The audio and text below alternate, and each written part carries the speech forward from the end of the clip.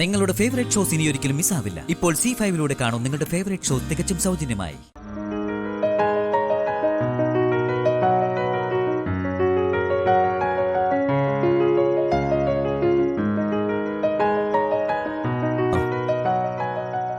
Sir, എന്താടോ?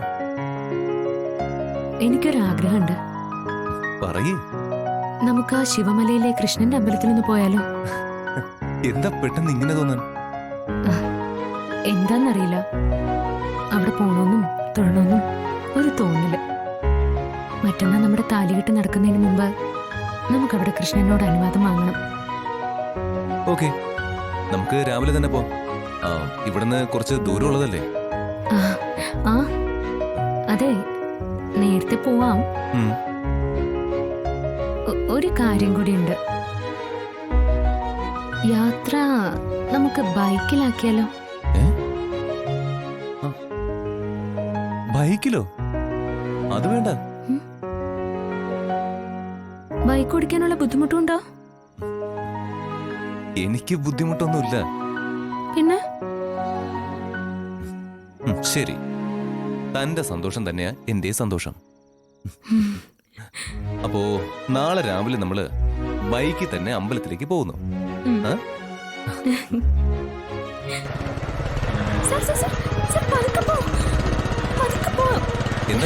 എനിക്ക് പേടി. പതുക്കെ പോ. പതുക്കെ.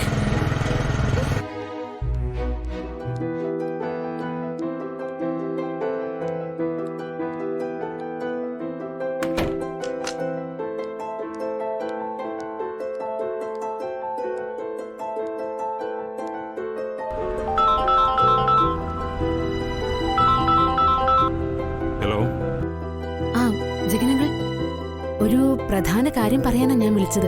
എന്താ ഐശ്വര്യ?